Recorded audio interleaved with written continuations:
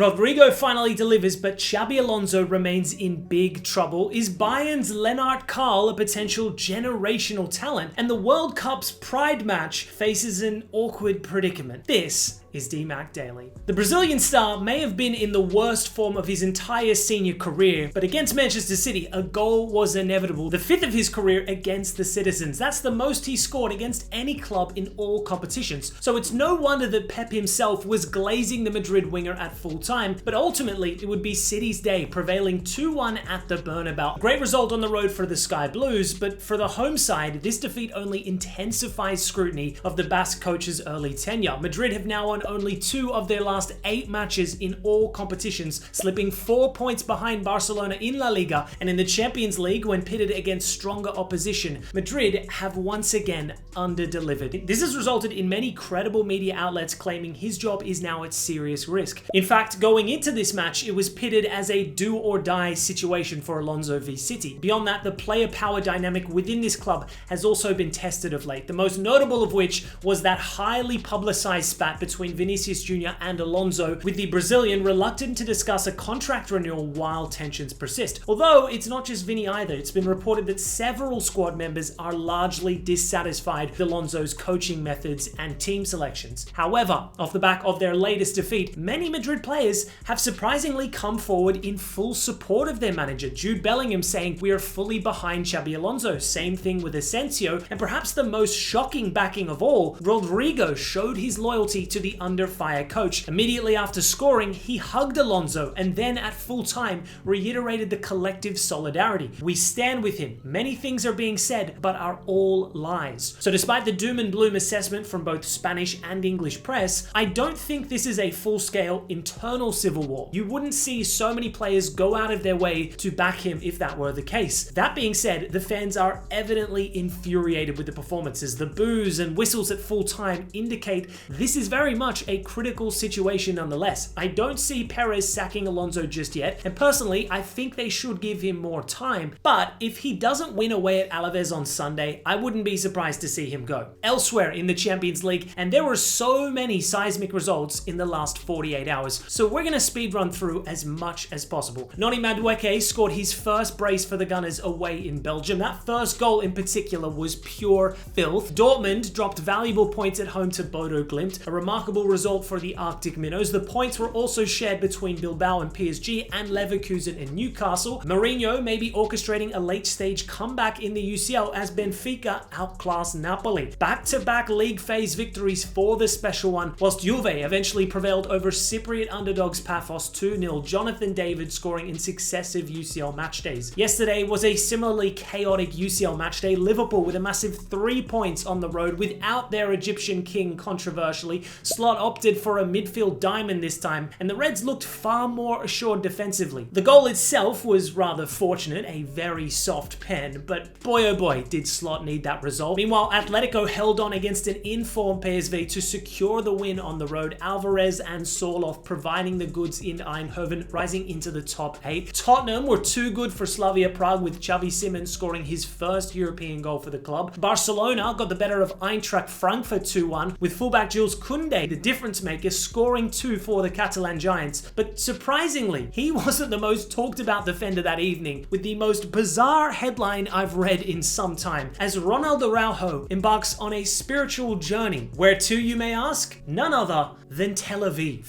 Now, I understand he's a devoted Christian, that he wants to visit Jerusalem and Bethlehem, but it's just objectively a wild thing to read via Fabrizio Romano. Not on my bingo card for 2025. Chelsea crumbling in December, however, that was to be expected. What a shambles. So many underperforming players, the substitutes were atrocious, and now Chelsea dropped to 13th at risk of missing out on automatic qualification to the round of 16. It's 1 step forward, 2 steps back with this club. But hey, at least we signed another wonder kid from Burkina Faso this time.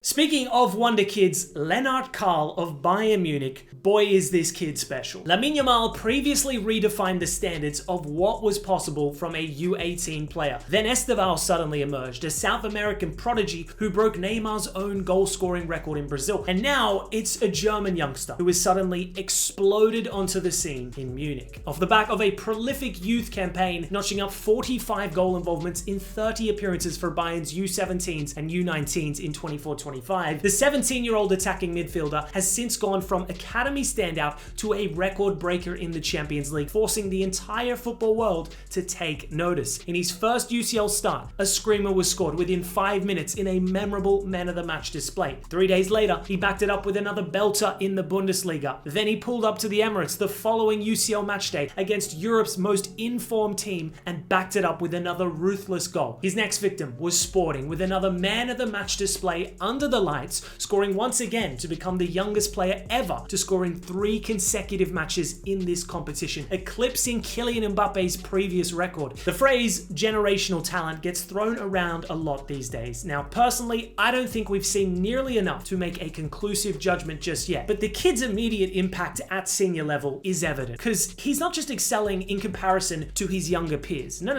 When comparing amongst all attacking midfielders in the world, he is statistically outstanding, both in terms of offensive and even defensive output. For such a scrawny, unintimidating looking footballer, he's got tremendous quality. But the fact that he's also an academy product is really exciting the Bayern fan base. I mean, this club has produced several iconic players from within previously, from Sepp Maier to Franz Beckenbauer to Schweinsteiger, Lahm, Müller, even Musiala. There's historical precedent at this club. But beyond Bayern, Karl's ascendancy is now intersecting with national team consideration. Having already lit up for the U21s on debut, no doubt Julian Nagelsmann will be keeping an eye out on the young prodigy. Joshua Kimmich gave a positive assessment of Karl's chances, whilst club legend Franck Ribéry echoed those sentiments on the youngster. Ultimately, it's very early days in Karl's career, but take into account the record-breaking achievements, his statistical prowess, and the recognition he's receiving, I think the sky's the limit for him. And now to touch on a subject most football creators would understandably try to avoid, but here on DMAC Daily, nothing is off limits, which brings me to an awkward scenario involving one of the 2026 World Cup host cities. Because this June, Seattle will host a fixture that just so happens to coincide with Pride Weekend, an annual celebration and parade for LGBTQ+ rights. As part of these plans, a Pride match was included for June 26. However, once the schedule for the World Cup was released, Seattle learned that the matchup on offer would be none other than Egypt versus Iran. Now, from a purely unserious standpoint,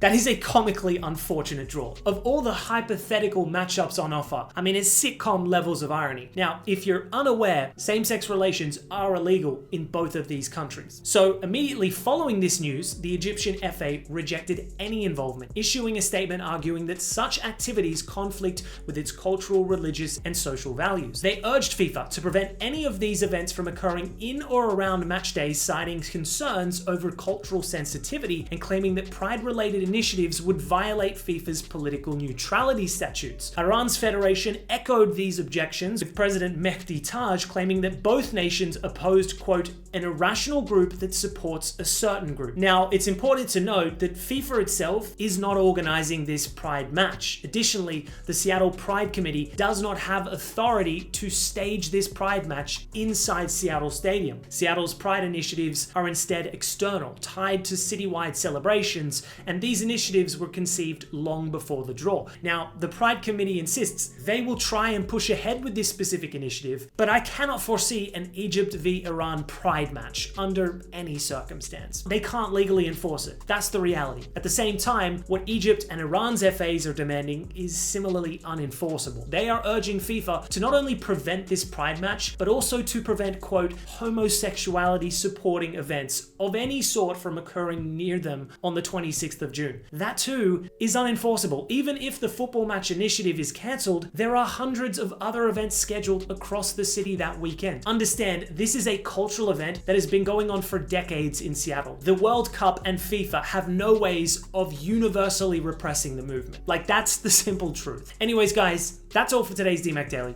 See you tomorrow.